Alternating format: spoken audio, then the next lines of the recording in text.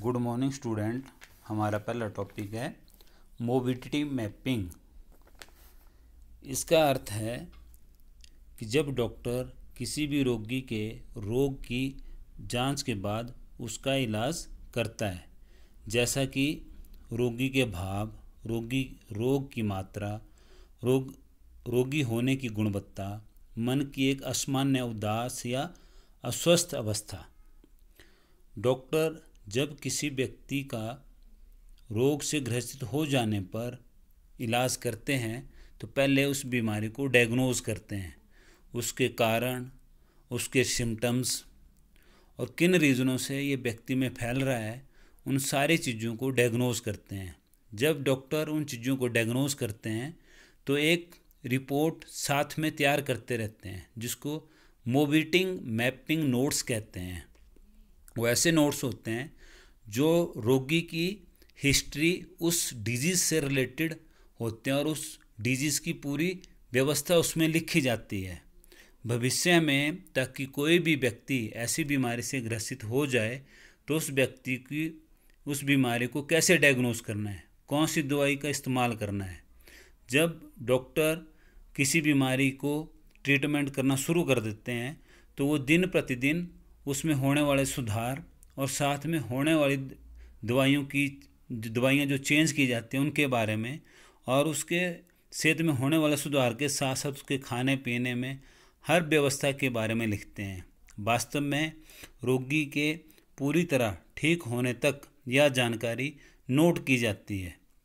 Note करने की सबसे ज़्यादा ज़रूरत इसलिए ताकि भविष्य में कोई व्यक्ति ऐसी बीमारी से ग्रसित होता है तो उस व्यक्ति की उस बीमारी को डायग्नोज करने के लिए ज़्यादा व्यवस्था करने की ज़रूरत ना पड़े, या इसी तरह का रोगी जो इस बीमारी से ठीक हो जाता है दोबारा से उस व्यक्ति में उस सिम्टम्स दिखाई देते हैं तो उसको डायग्नोज करने के लिए ज़्यादा टाइम ना लगे और आने वाले टाइम में ऐसी बीमारी से अगर कोई व्यक्ति ग्रसित हो जाए तो उसका ट्रीटमेंट प्रॉपर तरीके से किया जा सके। ऐसी व्यवस्था को मोबिलिटी मैपिंग कहा जाता है। नेक्स्ट टॉपिक है method to understand children health perception. बच्चों के स्वास्थ्य की धारणा को समझने के तरीके। ज्ञान किसी भी चीज़ का हो, चाहे हेल्थ का हो या किसी वस्तु का हो, उसको समझने के ढंग अलग अलग होते हैं। विशेष तौर पर जब बच्चों के स्वास्थ्य का बोध या ज्ञान लेना होता है, अध्यापक बच्चों के स्वास्थ्य के लिए हेल्थ अधिकारी या फिर डॉक्टर या कुछ विशेष किस्म या ढंग से उनकी मदद लेते हैं या अपनी कोई व्यवस्था उसके लिए करते हैं। अध्यापक बच्चों के लिए स्कूल में कक्षा या और स्थानों जैसे प्रयोगशाला, खेल का मैदान आदि में क्रियाएं करवा सकता है। वहाँ बच्चे क्रियाएं करके कुछ न कुछ सीख सकते हैं। उनकी शारीरिक, बौद्धिक, मानसिक स्तर का ज्ञान व स्वास्थ्य के बारे में इससे पता लगता है। And self assessment of health, और उन बच्चों की स्वास्थ्य का सेल्फ आंकलन कैसे किया जा सकता है। स्वास्थ्य का आंकलन करने के लिए पहले यह जानने की कोशिश करते हैं कि बच्चों को शारीरिक, मानसिक, भावनात्मक तंदुरुस्ती किस स्तर की है। फिर उसमें अगर किसी पक्ष से कोई कमी नज़र आए तो उसे दूर करने के लिए अलग अलग ढंगों, क्रियाओं या गतिविधियों का प्रयोग किया जाता है।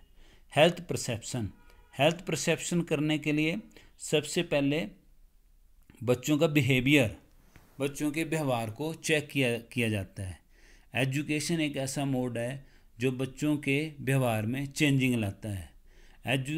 एजुकेशन एक ऐसी व्यवस्था है जो बच्चों को व्यवस्था के तरीके सिखाता है और बच्चों के व्यवहार से बच्चों का आत्मिक ज्ञान किया जाता है कि बच्चों के व्यवहार में एजुकेशन से या कैसे व्यवस्था से हैं जिसके इनके व्यवहार में चेंजिंग लाई जा सकती है। माइंड, हर बच्चे का दिमाग काम करने का स्तर अलग अलग रहता है और अपने हिसाब से किसी भी बात को अंडरस्टैंड करने के बाद वो काम करता है।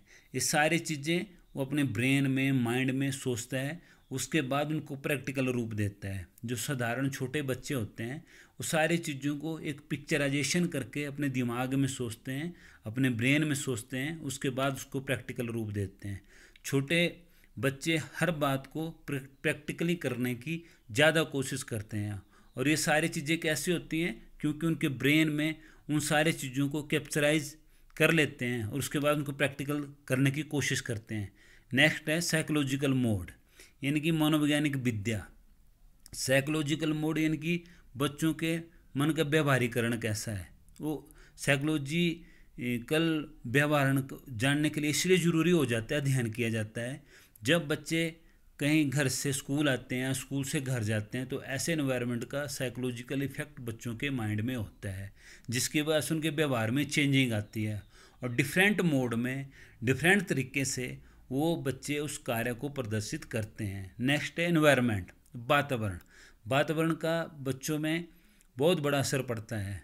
वातावरण, इन्वायरमेंट से बच्चों के बिहेव में, बच्चों की ग्रोथ में, बच्चों के शारीरिक रूप में, मानसिक रूप में, बौद्धिक रूप में चेंजिंग आती है और अपनी व्यवस्था बच्चा एकदम से जिस तरह का एनवायरनमेंट होता है उसी तरह से करने की कोशिश करता है, जिसमें कई बार बच्चा रोगों से ग्रसित हो जाता है।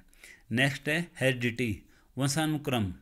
जो जेनेटिक प्रॉब्लम होती है, जो बच्चों को पीढ़ी दर पीढ़ी मिलती जाती है। कुछ एक बच्चे ऐसे होते हैं जिनके पेरेंट्स अलग स्वभाव के होते हैं और वही स्वभाव उन बच्चों में आ जाता है, या कुछ एक डिजीज़ जो जेनेटिक पेरेंट्स से आगे बच्चों में आ जाती है। और ऐसी जेनेटिक बीमारी जब बच्चों को जेनेटिक आती है तो उससे कई बार उस बच्चे का psychological mode, mind, behaviour different हो जाता है और डिफरेंट होने से वो डिफरेंट एक्टिविटीज़ ज़्यादा करता है। जिस तरह की एक्टिविटीज़ एक मोड पे स्कूल में कराई जाती है उसमें वो इंटरेस्ट शो नहीं करता है। नेक्स्ट है सोशल लाइफ, समाजीकरण। व्यक्ति एक सामाजिक प्राणी है, एक समाज की व्यवस्था में रहता है। 1, 2, 3, 4 परिवारों में रहने पे भी वो परिवार उसका, उस व्यक्ति का समाज होता है और उन 4-5 पर फैमिलियों का उस बच्चे पर समाजीकरण सिस्टम से प्रभाव पड़ता है। एक सोशल लाइफ होती है, समाज होता है जो हमारे को उस व्यवस्था में ढालता है और उसमें जीना, रहने का तरीका और हमारे को अनुशासन सिखाता है। जब व्यवहारीकरण हम किसी के साथ रखते हैं, बात करते हैं या नहीं करते हैं, उस व्यवस्था में रहने की कोशिश करते हैं, वो हमारे का एक तरह का समाजीकरण होता है। कई बार ये भी बच्चों की हेल्थ पे ज़्यादा प्रभाव डालता है। बच्चों का समाजीकरण है जो बच्चों को स्कूल में ले जाके सामाजिक सोशल तरीके से डेवलप करता है और बच्चे पे उस चीज़ का असर डालता है। नेक्स्ट है हेल्थ सर्विसेज। हेल्थ सर्विसेज एक ऐसा तरीका है जो बच्चों को पारिवारिक या समाज में या घर में दी जाती हैं, जो कि हेल्थ व्यवस्था गवर्नमेंट के द्वारा दी जाती हैं। कई बार ऐसी व्यवस्था, कई बच्चे ऐसी जगहों से बिलोंग करते हैं कि हेल्थ सर्विस उन बच्चों को प्रॉपर रूप से नहीं दी पाते हैं, जिससे वो बच्चे उन चीज़ों से बच्चों को चीज़ें फैसिलिटी नहीं मिल पाते हैं, जिसकी वजह से उन बच्चों में वो दिक्कत हो जाती है। प्रॉपर हेल्थ सर्विसेज ना मिलने की वजह से बच्चों में वो चीज़ ग्रोथ नहीं कर पाती है और वो सारी चीज़ें हेल्थ सर्विसेज की वजह से होती हैं। कई बच्चे ऐसी जगह से बिलोंग करते हैं जहाँ पे हेल्थ सर्विस देने में कमी रह जाती है, तो कई बार ऐसे बच्चे ऐसी जगह से जब स्कूल में आते हैं, जाते हैं, तो इन बच्चों की हेल्थ असेसमेंट ऑफ हेल्थ को भी उस सर्विसों के माध्यम से ऑब्जर्व किया जाता है। नेक्स्ट है फिजिकल हेल्थ। बच्चों में फिजिकल हेल्थ भी बहुत बड़ा रोल अदा करती है। बच्चों का behaviour, mind, psychological, environment, heredity, social life, health service, ये सारी चीज़ें लास्ट में बच्चे के फिजिकल हेल्थ को ग्रो करती हैं। साथ में मेंटल हेल्थ भी इसी के साथ चलती है। ये सारी चीज़ें बच्चे के फिजिकल हेल्थ पे असर डालती हैं। व्यवहारिक तौर पे बच्चे को फिजिकल ग्रोथ कब दिखाई देती है? जब बच्चे का mind, behave, psychological environment, heredity, social life proper develop होती है, तो वो सारी चीज़ें हमारे को बच्चे के फिजिकल मोड में दिखाई देती हैं, फिजिकल हेल्थ में दिखाई देती हैं। आगे आपका टॉपिक है मिड डे मील, यानी मध्यान्तर भोजन जिसको कहा जाता है। भारत में स्कूलों में दोपहर के भोजन का इतिहास वैसे तो बहुत पुराना है। सबसे पहले 1925 में मद्रास में म्यूनिसिपल कॉरपोरेशन ने इस व्यवस्था को, इस कार्यक्रम को प्रस्तुत किया था। उन्होंने सबसे पहले इस व्यवस्था को, जो म्यूनिसिपल कॉरपोरेशन के अंडर जितने भी स्कूल आते थे उनमें गरीबों के बच्चों में इस व्यवस्था को लागू किया था। धीरे धीरे 1980 तक 3 राज्यों गुजरात, केरल, तमिलनाडु, इन्होंने भी इस व्यवस्था को अपने म्यूनिसिपल कॉरपोरेशन के एरियो में लागू कर दिया और धीरे धीरे 1920 तक यह मध्य प्रदेश और उड़ीसा अन्य कई राज्यों में शुरू कर दी गई। ऐसी व्यवस्था को देखते हुए सेंट्रल गवर्नमेंट ने इस व्यवस्था को पूरे भारतवर्ष में पूरे राज्यों में इस चीज़ को लागू कर दिया, जिसको मध्यांतर भोजन कहते हैं। मध्यांतर भोजन मध्यांतर भोजन कार्यक्रम से तात्पर्य है कि सभी सरकारी अनुदानित सरकारी स्कूलों में पहली से 8वीं तक के विद्यार्थियों के लिए दोपहर का भोजन मुफ्त प्रदान कराना। अनुदानित भोजन, जिन अनुदानित अनुदानित सरकारी स्कूल वो स्कूल होते हैं जिनको गवर्नमेंट एड जाती है या गवर्नमेंट के डायरेक्ट अंडर नहीं होते हैं, लेकिन गवर्नमेंट एड से जो स्कूल चलाए जाते हैं। मध्यांतर भोजन के अंतर्गत विद्यार्थियों को विभिन्न प्रकार के अनाज, फल, दूध, सब्जियां, मेवे प्रदान किए जाते हैं, जिससे बच्चों की भोजन संबंधी तथा शारीरिक पोषक तत्व संबंधी आवश्यकताओं को पूरा किया जा सके। नेक्स्ट आता है रैशनल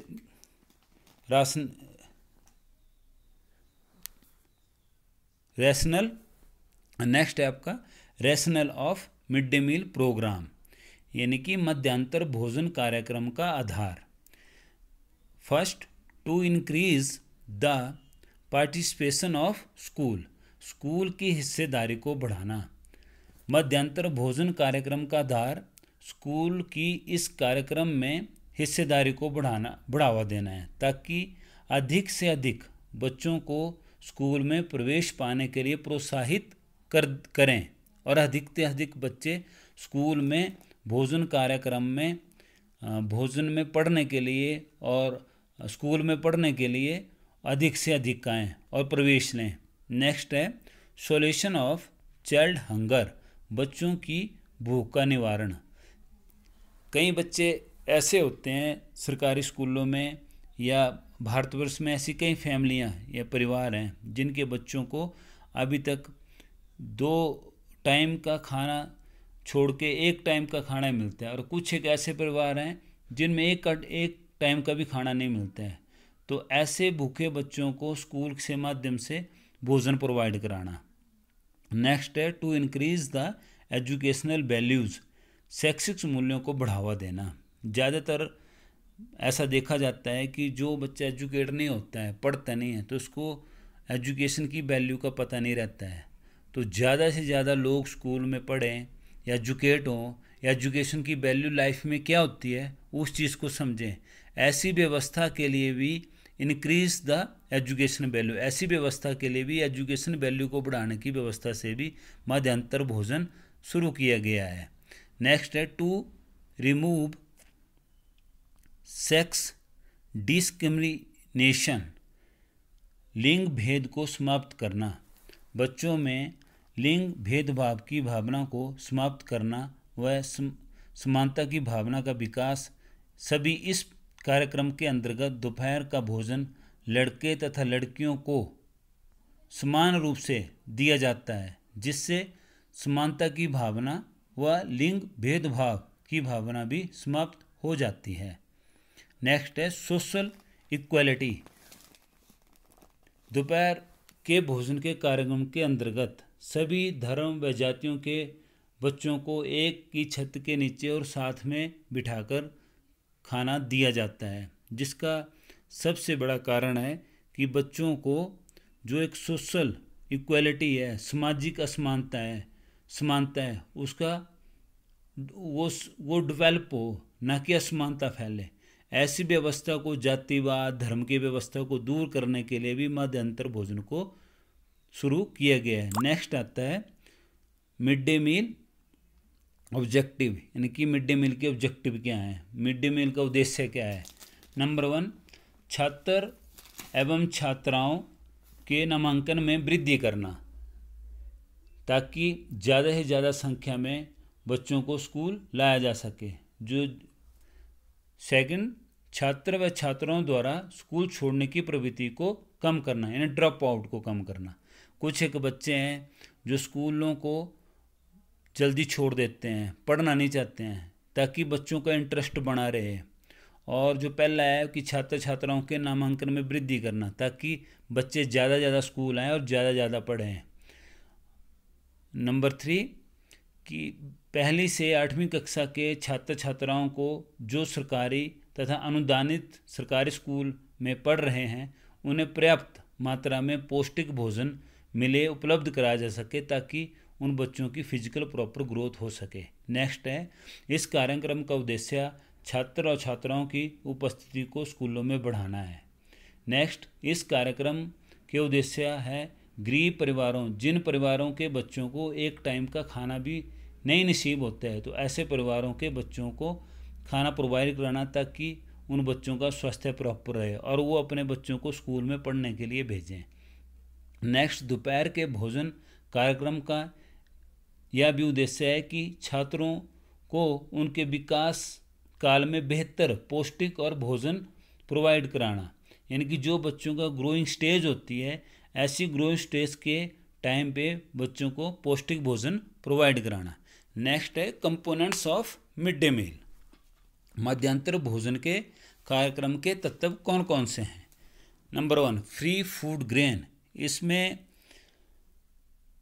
इसमें स्कूलों में फ्री भोजन प्रोवाइड कराया जाता है, जो कि सेंट्रल गवर्नमेंट से शुरू किया जाता है, जिसको HRD मिनिस्ट्री बोलते हैं, जो कि वहाँ से सेंट्रल गवर्नमेंटों से स्टेट गवर्नमेंट में आता है। स्टेट गवर्नमेंटों से elementary directed education, directorate of higher education, इसको डायरेक्ट ऑब्जर्व करते हैं, और इनको फ्री फूड ग्रेन जैसे दालें, चावल हर व्यक्ति की परसेंटेज के हिसाब से स्कूलों में भेजे जाते हैं, कि स्कूलों में कितने बच्चों की अनुपस्थिति है, कितने बच्चे उपस्थित हैं, कितने बच्चे अनुपस्थित नहीं हैं। ऐसे व्यवस्था देख के उन बच्चों को राशनिंग की जाती है। नेक्स्ट है ट्रांसपोर्ट कॉस्ट भी ये गवर्नमेंट द्वारा अप्लाई की जाती है। ये ट्रांसपोर्ट कॉस्ट, फ्री यातायात साधन व्यवस्था भी गवर्नमेंट द्वारा स्कूलों को दी जाती है।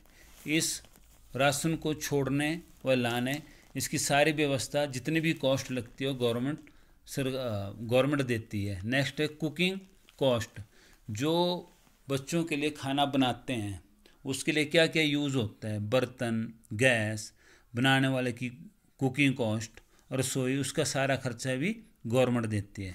नेक्स्ट आता है functioning of the mid day meal programme, की मध्यांतर भोजन कार्यक्रम की प्रक्रिया कैसी है। मिड डे मील पकाने के लिए निर्देश। मिड डे मील मध्यांतर भोजन जब बनाया जाता है तो बनाने से पहले उस बनाने के दौरान कौन कौन से निर्देश यूज़ किए जाते हैं, जैसे खाद्य सामग्री जो होती है डब्बों में बंद होनी चाहिए, और चावल पूरी तरह से पके होने चाहिए, भोजन तैयार करने से पहले सब्जियां साफ़ सुथरी होनी चाहिए, दालें धोई होनी चाहिए, सब्जियों के उपयोग में आने से पहले दाल, चावल, काले व सफ़ेद चने को पकाने से पहले पानी में भिगो कर रखने चाहिए और पानी शुद्ध यूज़ करना चाहिए। नेक्स्ट है खाद्य पदार्थों की गुणवत्ता। जो भी बच्चों को खाद्य पदार्थ दिए जाते हैं वो शुद्ध और ताज़े होने चाहिए, प्रॉपर पके होने चाहिए। व्यक्तिगत स्वच्छता, जैसे खाना खाने से पहले हाथ साफ़ होने चाहिए, नाखून कटे होने चाहिए, बर्तन साफ़ होने चाहिए, और खाना धीरे धीरे चबा चबा कर खाना चाहिए। और मध्यांतर भोजन योजना के माध्यम से छात्रों को अच्छे गुण व आदतों को अपनाने को प्रोत्साहित करना चाहिए। नेक्स्ट है बजट का प्रावधान। बजट का प्रावधान भारत सरकार द्वारा राज्य सरकारों को दिया जाता है, और राज्य सरकारों द्वारा वो बजट का प्रावधान स्कूलों या डायरेक्टर एलिमेंट्री डायरेक्टेड एजुकेशन के माध्यम से हर एक डिप्टी डायरेक्टर जिला स्तर पर बांटा जाता है और उसमें जो बजट दिया जाता है वो रसोई गैस जितना भी खर्चा आता है वो सारी व्यवस्था उसमें दी जाती है। नेक्स्ट आता है रसोई गैस की व्यवस्था। रसोई गैस की व्यवस्था भी भारत सरकार के दिशा निर्देश के अनुसार पाठशालाओं को सर्व शिक्षा अभियान के तहत यह अनुदान दिया जाता है, जिसमें प्रत्येक स्कूल को 2,000 रुपये गैस खरीदने का प्रावधान दिया गया है। नेक्स्ट है रसोई गैस की व्यवस्था। रसोई गैस की व्यवस्था व भोजन को भंडार की व्यवस्था, ऐसी सारी व्यवस्थाओं का खर्चा भी भारत सरकार के द्वारा संपूर्ण ग्रामीण रोजगार योजना विभाग, राष्ट्रीय झुग्गी झोंपड़ी विभाग तथा विकास कार्यक्रम के तहत सर्व शिक्षा अभियान की संस्था के द्वारा रसोई गैस का निर्माण करवाया जाता है और उनको ये चीज़ें इसकी व्यवस्था सौंपी जाती हैं। रसोई घर की व्यवस्था कक्षा के कमरे से दूर होनी चाहिए। इसके साथ साथ स्थान साफ और सुरक्षित होना चाहिए। रसोई गैस में प्रायः हवा पानी निकासी सुविधा प्रॉपर होनी चाहिए। किसी दुर्घटना से बचने के लिए आवश्यक ईंधन लकड़ी तेल गैस आदि का सुरक्षित ढंग से भंडार होना चाहिए। पर्यावरण को सुरक्षित स्वच्छ रखने के लिए लकड़ी ईंधन का प्रयोग विकसित चूल्हों का अधिक प्रयोग होना चाहिए। रसोई से धुआं निकासी पूर्ण व्यवस्था होनी चाहिए ताकि भोजन तैयार करते समय कोई परेशानी ना हो। स्कूल समिति ये एक ऐसी व्यवस्था है जो मध्यांतर भोजन व्यवस्था के लिए प्रत्येक पाठशाला में एक स्कूल समिति का गठन किया जाना चाहिए, जिससे कार्यक्रम सुचारू रूप से चलता रहे। इस समिति के कुछ निम्न बातें ध्यान में होनी चाहिए। मध्यांतर भोजन हेतु प्रयोग में लाई जाने वाली खाद्य सामग्री की आवश्यकता मानकों के आधार पे है, उनकी गुणवत्ता प्रॉपर है कि नहीं है। भोजन पकाने वाले बर्तनों की व्यवस्था है नहीं है। भोजन पकाने के लिए रसोई गैस व सहायक की व्यवस्था करना। सचिव सदस्य इस समिति की बैठकों की कार्यवाही रजिस्टर करेगा तथा अगली मीटिंग में इसे प्रस्तुत करेगा। खाद्य सामग्री का स्टॉक रजिस्टर तैयार करेगा। रोकड़ कैश बुक आदि का रिकॉर्ड रखेगा। रिकॉर्ड तथा वाउचर इत्यादि प्रतिदिन इसका हिसाब रखेगा। ऐसी सारी व्यवस्था स्कूल समिति करती है।